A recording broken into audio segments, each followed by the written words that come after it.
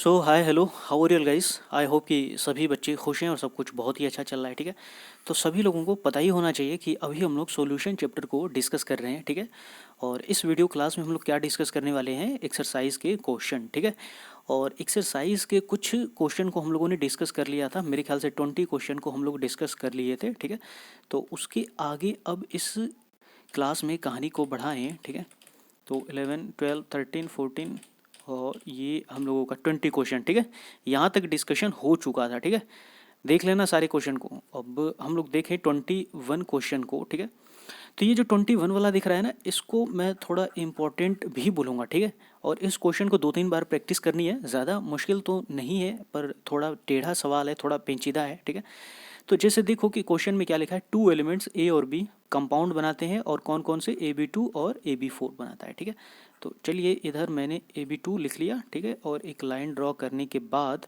यहाँ पे हम लोगों ने AB4 दो कंपाउंड बना लिया। ठीक है, उसके बाद अब देखें तो कह रहा है कि जब 20 ग्राम बेंजीन में, ठीक है, ये दोनों कंपाउंड मिलाए, 1 ग्राम AB2 को मिलाया, यानी कि 1 ग्राम किसको मिलाया, इसको मिलाया। ठीक है, तो इसने क्या करा, फ्रीजिंग पॉइंट को 2.3 केल्विन कम कर दिया, यानी कि यहाँ पे जो फ्रीजिंग पॉइंट कम हो गई वो कितनी हो गई, 2.3 केल्विन। ठीक है, लेकिन आगे देखो यहाँ पे क्या लिखा है, 1 ग्राम ऑफ AB4, यानी इसको भी क्या करा, 1 ग्राम मिलाया, तो यहाँ पे जो फ्रीजिंग पॉइंट है वो कितनी कम हो जाती है, आप देख सकते हैं 1.3 केल्विन। ठीक है, तो कह रहा है भैया कि मोलर डिप्रेशन कांस्टेंट यानी KF की वैल्यू दिया हुआ है, तो कह रहा है atomic mass of A and B पता करिए। ठीक है, तो बस यहाँ पे हम लोग देखें कि डेल्टा TF इजकल टू क्या होता है, KF मल्टीप्लाइड बाई मोलरिटी यानी कि W2M2 1000 divided by mass of solvent यानी कि W1। ठीक है, ये M2 पता करना है, तो डेल्टा TF हम लोग यहाँ से देख सकते हैं कितना है, 2.3। ठीक है,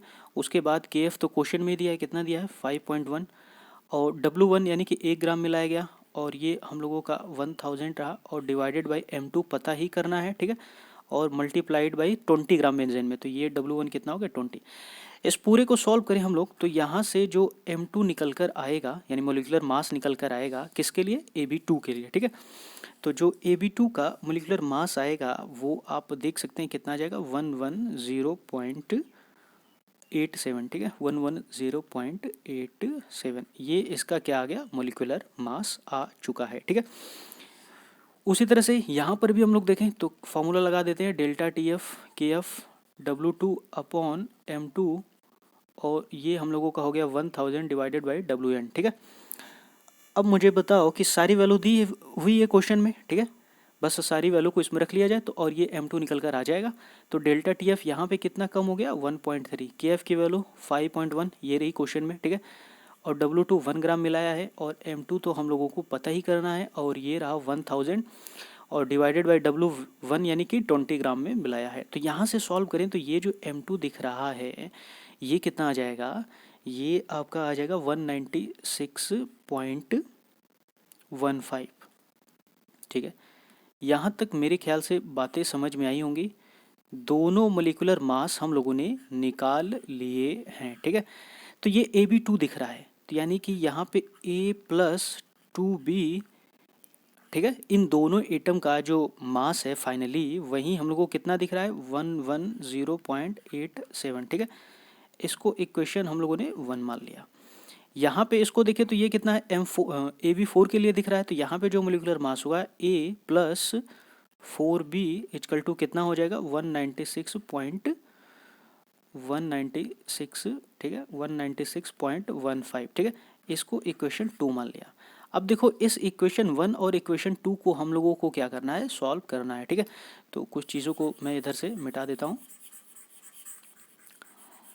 ये इक्वेशन 1 और इक्वेशन 2 जैसे ही हम लोग सॉल्व करेंगे हम लोगों का क्या है, फाइनल आंसर आ जाएगा। ठीक है, तो बस इसको सॉल्व करने के लिए क्या किया जाए भाई, कि अरे जानते हो ना, पिछली क्लास में तो मैंने बताया था लीनियर इक्वेशन इन 2 वेरिएबल को किस तरीके से सॉल्व करते हैं। ठीक है, क्लास 10 में मैथ में बच्चों को पढ़ाया जाता है, इन दोनों इक्वेशन को सॉल्व करके A और B की वैल्यू निकालनी है, और यही हम लोगों का क्या है, फाइनल आंसर आएगा। ठीक है, तो बस क्या किया जाए इसमें,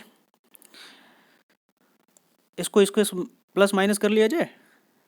ठीक है, तो 1 को क्या करो, ये 2 भी दिख रहा है, ये 4 भी दिख रहा है। ठीक है, तो इक्वेशन 2 में से एक को क्या करो, माइनस कर लो, या नहीं नहीं ठीक है, इक्वेशन, क्योंकि ये वैल्यू ज़्यादा दिख रही है ना, ठीक है, वैसे भी हो जाएगा पर उससे कोई दिक्कत नहीं है।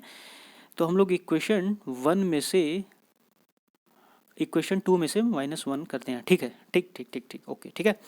तो आप देखिए कि जैसे ही यहाँ पे आप सॉल्व करेंगे, ठीक है, तो आपको यहाँ पे क्या मिल जाएगा, 2b इक्वल टू ये मिल जाएगा 85.28। तो यहाँ से b की वैल्यू कितनी मिल जाएगी भाई, b की वैल्यू मिल जाएगी 42.64। तो एक तो आंसर आपका ये मिल गया, b का जो एटॉमिक मास है, ठीक। उसके बाद क्वेश्चन में अब b मिल गया है तो b को यहीं पे रख लो, ठीक है। तो b को यहाँ जैसे ही रखोगे तो जो e की वैल्यू मिल जाएगी वो कितनी मिल जाएगी, 25.59, ठीक है। तो ये हम लोगों का दूसरा आंसर आ गया, ठीक है। तो मेरे ख्याल से ये क्वेश्चन थोड़ा ही पेचीदा है, ज़्यादा तो है नहीं, ठीक है। वीडियो को रिपीट करके देख लेना और थोड़ा इंपॉर्टेंट भी रहेगा, एक दो बार क्वेश्चन की प्रैक्टिस भी करेंगे। 22 वाला क्वेश्चन हम लोग देखें, आसान है, ठीक है। देखो यहाँ से पूरा यहाँ तक जो क्वेश्चन दिया है ना, इस क्वेश्चन को पढ़ो ही मत, भूल जाओ इसको, ठीक है। आगे पढ़ते हैं। If osmotic pressure of the solution, osmotic pressure of the solution दिया है 1.5 बार, ठीक है। सेम टेम्परेचर, यानी टेम्परेचर हमें ये 300 केल्विन चाहिए, what would be the concentration. तो जैसा कि फॉर्मूला ही मैंने ऑस्मोटिक प्रेशर का बता रखा है, pi equal to CRT। Concentration पूछ रहा है, what would be the concentration, यानी C पूछ रहा है, तो C इक्वल टू क्या हो जाएगा, पाई अपॉन CRT, ठीक है। तो पाई की वैल्यू यहाँ पे दे रखा है, प्रेशर की वैल्यू कितना दे रखा है 1.52, ठीक है।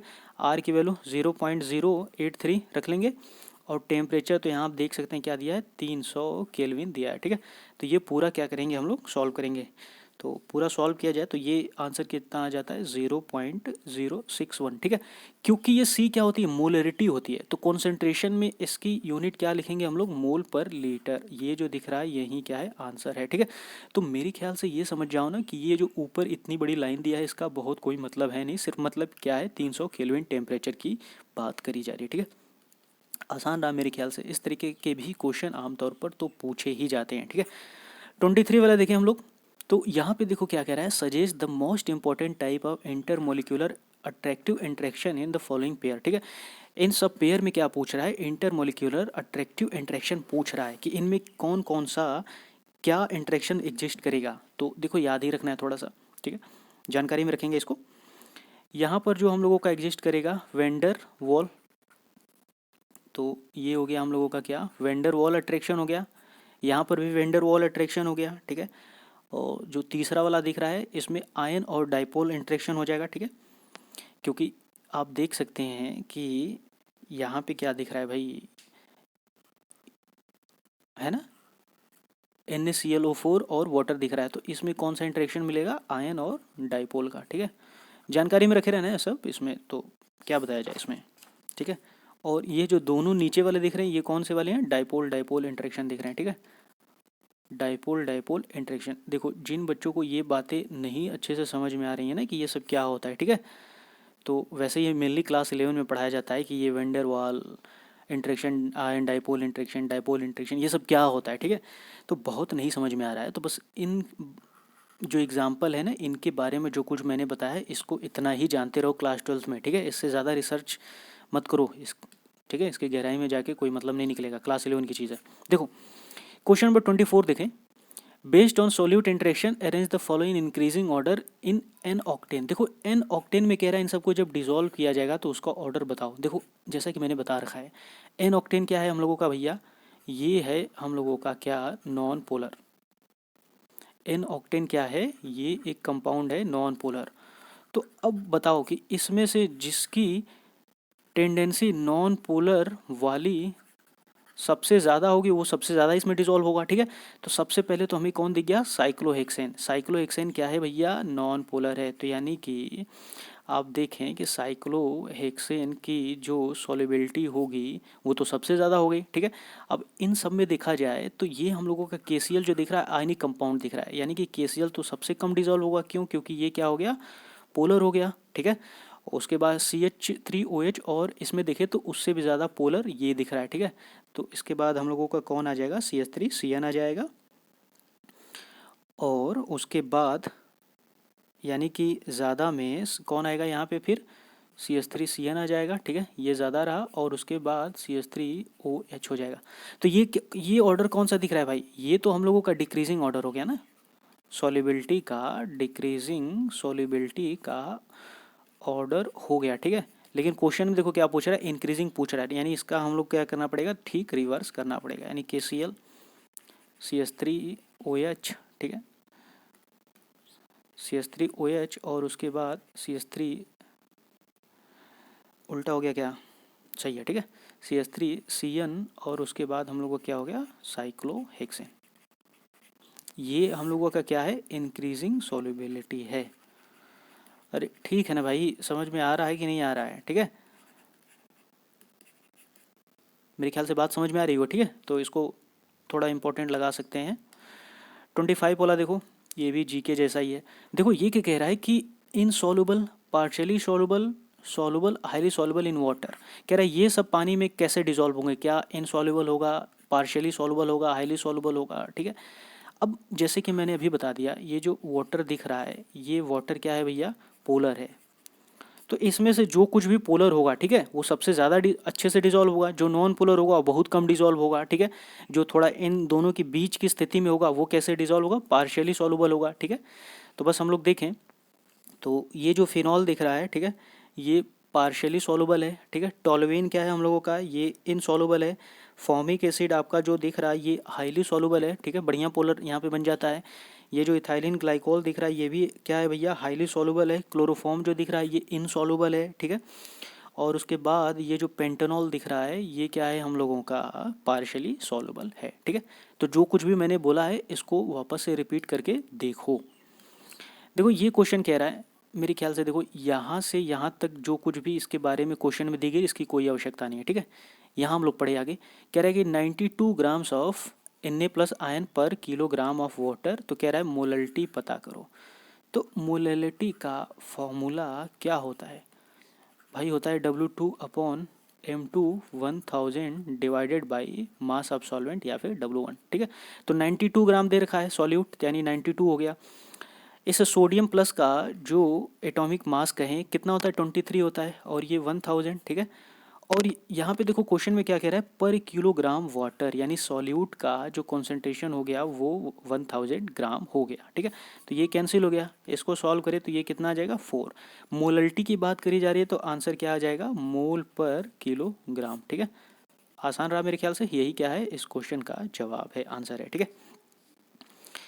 उसके बाद हम लोग एक और क्वेश्चन देखें, 12 वाला, ठीक है। ये क्वेश्चन भी थोड़ा इंपॉर्टेंट लगाओ, क्लास 11 से उठ के आया है, ठीक है। चलिए देखिए इसमें क्या लिखा है कि सॉल्युबिलिटी प्रोडक्ट ऑफ CuS इतना दिया है, calculate the maximum molarity of Cu। देखो जैसे CuS है, ये वाटर में जाने के बाद क्या करेगा, इसके आयंस में डिसोशिएट हो जाएगा, तो कॉपर +2 और सल्फाइड -2, यानी सल्फर -2, ठीक है। अब देखो जैसे कि हम लोग देखें यहाँ पे क्या रिलेशन दिख रहा है, 1 1 का, ये 1 है तो ये भी 1 मोल फॉर्म कर रहा है, ये भी 1 मोल फॉर्म कर रहा है ना। इनिशियल कॉन्सेंट्रेशन यदि हम लोग इसकी C मान ले और इसमें से X चला जाए, ठीक है, तो क्योंकि जितना जाएगा उतना उतना बन रहा है, तो X ये भी बन जाएगा, X ये भी बन जाएगा, ठीक है ना, बराबर बराबर के रेशियो है, आप देख सकते हैं, ठीक है। तो यहाँ पे ये जो कॉन्सेंट्रेशन दिख रही है ना प्रोडक्ट साइड में, इसको हम लोग मल्टीप्लाई कर लें तो X मल्टीप्लाइड बाई X, इसको एक अलग तरीके के कांस्टेंट से दिखाते हैं जिसको KSP बोलते हैं, या फिर सॉल्युबिलिटी प्रोडक्ट। KSP माने सॉल्युबिलिटी प्रोडक्ट। तो KSP जो आपका दिख रहा है वो कितना हो गया, X² हो गया।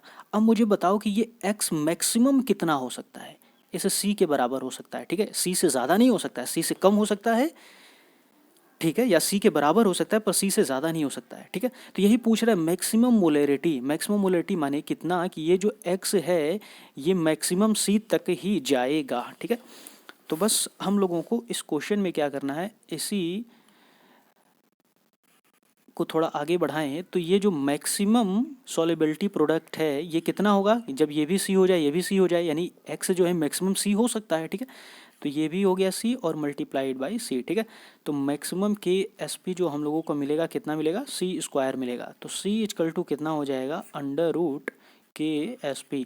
अब ये जो KSP दिख रहा है ना सॉल्युबिलिटी प्रोडक्ट, यही क्वेश्चन में यहाँ पे दिया है 6 × 10⁻⁻16। तो इस पूरे को हम लोग सॉल्व करें, ठीक है, ये जो पूरा दिख रहा है, तो सॉल्व करने के बाद इसकी जो वैल्यू आ जाती है वो कितनी आ जाती है, 2.4 इंटू 10⁻⁻8। यही जो दिख रहा है यही क्या है भैया, इसका आंसर है। सी क्या है, कॉन्सेंट्रेशन है, तो मोलरिटी है, तो मोलरिटी की इसकी यूनिट क्या होती है, मोल पर लीटर। ठीक, आसान रहा मेरे ख्याल से, थोड़ा टेढ़ा है सवाल। देखिए क्वेश्चन नंबर 28 देखा जाए तो क्या कह रहा है भाई, कैलकुलेट द मास परसेंटेज, ठीक है, एस्पिरिन का जब एसीटोनाइट्राइल में मिलाया गया, कितना ग्राम मिला रहा है भैया, 6.5 ग्राम, और ये 450 ग्राम में मिला। ये तो कोई सवाल ही नहीं बनता है, परसेंटेज ऑफ एस्पिरिन, ठीक है, तो कितना ग्राम मिला है, 6.5 ग्राम, ठीक है, किस में मिला रहा है, 450 ग्राम में, तो ये दोनों मिलाने के बाद कितना हो जाएगा, 6.5 ग्राम मल्टीप्लाइड बाई 100, ठीक है, छोटा सा काम है, यही परसेंटेज को निकालना है, ठीक है।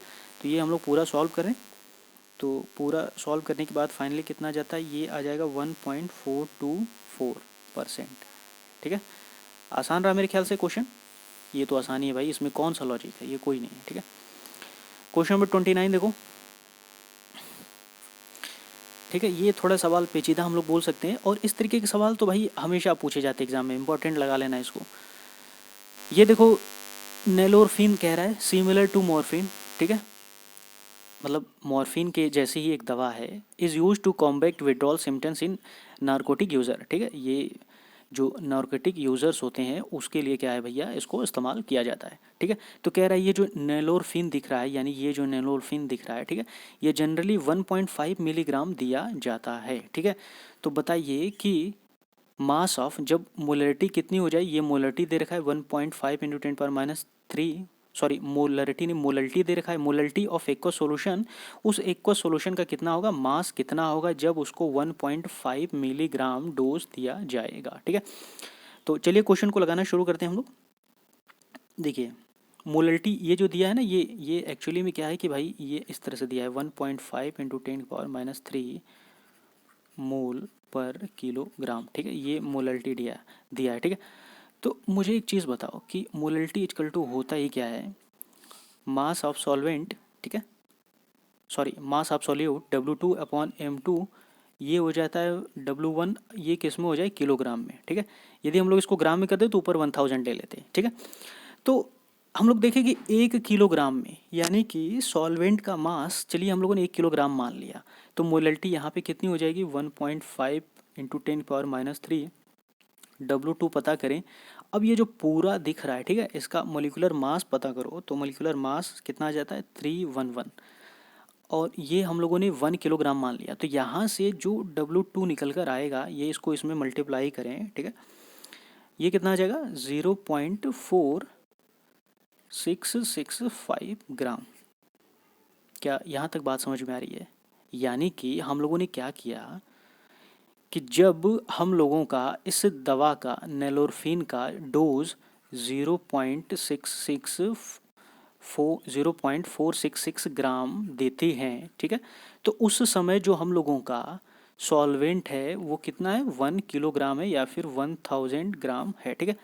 तो सॉल्यूशन का मास कितना हो जाएगा, कब, जब 0.4665 ग्राम दिया जाए तो सॉल्यूशन का मास कितना हो जाएगा, इसमें हम लोग इसको भी तो ऐड कर लेंगे, ये सॉल्वेंट दिख रहा है, ये सॉल्यूट दिख रहा है, तो यानी कि ये 1000 प्लस 0.4665, ठीक है। तो अब एक चीज़ मुझे बताओ, चलो इधर वाला मिटा लेते हैं। अब एक चीज़ मुझे बताओ, बस लग गया क्वेश्चन, ठीक है, क्वेश्चन लग गया। यहाँ पे क्या कह रहा है कि जब 0.4665 ग्राम दवा दी जाती है तो मास ऑफ एक्वस सॉल्यूशन हम लोग देखें कितना है हम लोगों का, इसको ऐड करने के बाद ये आ जाएगा 1000 प्लस 0.4665, ठीक है। तो जब हम लोगों का डोज कितना होगा, 1.5 मिलीग्राम होगा, तब मास कितना होगा, यही तो क्वेश्चन में पूछा गया है, ठीक है। तो बस लग गया। देखो 1.5 मिलीग्राम माने 10⁻⁻3, ठीक है, मिली है तो इसको ग्राम में कन्वर्ट करेंगे तो ये हो गया x, ठीक है। अब क्रॉस करेंगे ये पूरा बढ़िया से, x को सॉल्व करेंगे तो ये पूरा सॉल्व करने के बाद कितना आ जाएगा, 3.22 ग्राम आ जाएगा, ठीक है, और यही क्या है, आंसर है। आसान रहा मेरे ख्याल से, थोड़ा पेचीदा है, एक दो बार इसको प्रैक्टिस कर लेंगे। उसके बाद हम लोग क्वेश्चन देखें कौन सा आ गया, 30 वाला, ठीक है। Calculate the amount of benzoic acid required 250 millilitre 0 देखो यहाँ पे क्या पूछ रहा है, मोलरिटी पूछी जा रही है। अब मोलरिटी निकालने में तो दिक्कत नहीं होनी चाहिए। क्या होता है, W2 अपॉन अमाउंट पूछ रहा है, सॉरी अमाउंट, यानी ये W2 पूछ रहा है, ठीक है। मोलरिटी दिया हुआ है तो W2 equal to 1000 divided by volume जो कि मिली लीटर में। सारी वैल्यू दिया है भाई क्वेश्चन में, इसमें कुछ बनता नहीं है। ये कितना दिया है, 0.15 दिया है। W2 तो पता ही करना है, ठीक है। M2 बेंजोइक एसिड का, ठीक है, M2 निकालें यानी मोलिकुलर मास निकालें, तो बेंजोइक एसिड का जो मोलिकुलर मास होता है वो कितना होता है, 122, और ये हम लोगों का हो गया 1000, ठीक है। और डिवाइडेड बाई आप देखें तो कितना वॉल्यूम दिया है, 250, तो ये कितना हो गया 250, ठीक है। अब देखो क्या करना है हम लोगों को, ये पूरा सॉल्व करना है और यहाँ से जो W2 है पता करना है, तो ये कितना आ जाएगा 4.575 ग्राम, ठीक है। यही इस क्वेश्चन का क्या है, आंसर है। आसान रहा मेरे ख्याल से, ये क्वेश्चन तो आसान ही है, ठीक है। अब हम लोग क्वेश्चन नंबर 31 देखें, ठीक है। क्वेश्चन नंबर 31 को हम लोग अभी डिस्कस नहीं करेंगे, क्यों, क्योंकि इसके बारे में ऑलरेडी सेम क्वेश्चन को वीडियो 20 में डिस्कस्ड हो चुका है, इसका डिस्कशन हो चुका है, ठीक है। तो ये क्वेश्चन इंपॉर्टेंट भी रहेगा, हालांकि बोर्ड वगैरह में तो पूछ ही लिया जाता है, ठीक है। तो वीडियो 20 में जाओ और सेम क्वेश्चन वहाँ पर क्या करो, देख लो, या देखते आ रहे होगे रिदम से, तो इसके बारे में तो पता ही होना चाहिए, ठीक है। अच्छा ठीक है, अब यहाँ से हम लोग क्या करेंगे कि अब अगली क्लास में डिस्कस करेंगे। आज के लिए इतना रहने दिया जाए।